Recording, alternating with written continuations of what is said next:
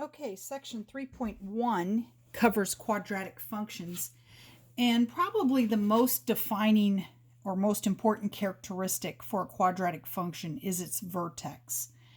And that would be the lowest point of the parabola for a quadratic function if it opens up, and if the quadratic function or the parabola opens down, then that vertex would be the highest point. So quadratic functions are very important, and the vertex is particularly important because often in real-world applications you want to be able to find the maximum or minimum value for a function. So here we have some examples, and notice that the examples are in different forms. Here we have the standard form for a parabola, and the reason why, or another, you might say the vertex form of a parabola. And what's nice about this is you can see readily what the vertex is.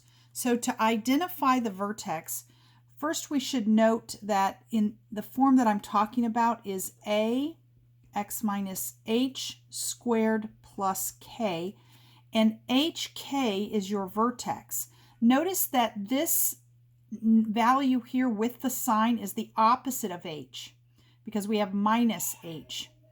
And this sign here is the same as k. So when you're looking for the vertex, the x value of the vertex is going to be the opposite of this number here, and the y value is going to be this number, including the sign here. So looking at our examples, 1 through 4, you can see then that the vertex here is going to be 2, 1.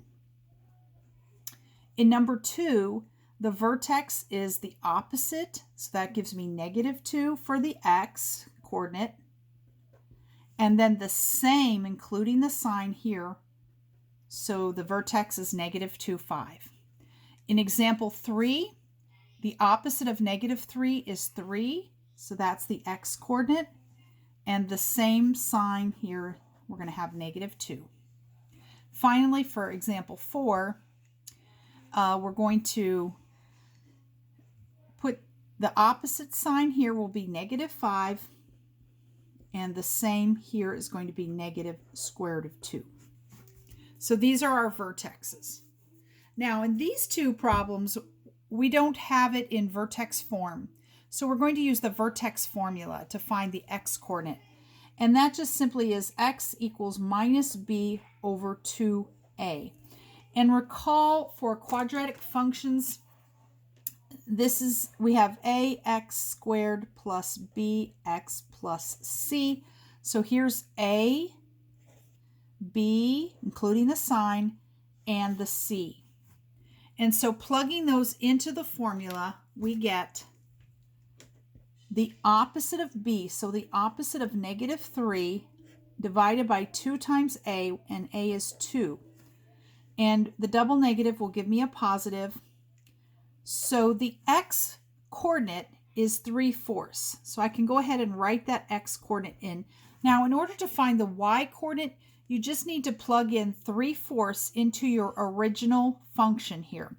So g of 3/4 is going to be 2 times 3/4 squared minus 3 times 3/4 plus 5. Now you can go ahead and chug that in your calculator and get an answer, or if you'd like to, you can use synthetic division as I've done in an earlier videos. So I'm just going to let you know that I did that on my own. I happen to use synthetic division because I don't have a calculator here handy, and it's just easier. And I got 31/8.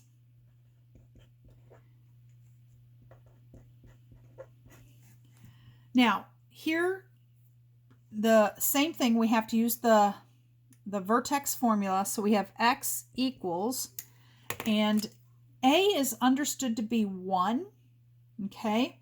So a is 1, b is -10. Remember to include the sign. And c is -7. And when you plug those into your formula, c is not needed here. but we get minus b, so minus a negative 10 over 2 times a, which is 1. And so that's going to be 10 divided by 2, or 5. And so that's my x coordinate. Now I take that 5 and I plug it into my formula here. And so we get y equals 5 squared minus 10 times 5 minus 7. So 25 minus 50 is going to be negative 25, and then minus 7 is going to be negative 32. And so that's how you find the vertex of a quadratic function.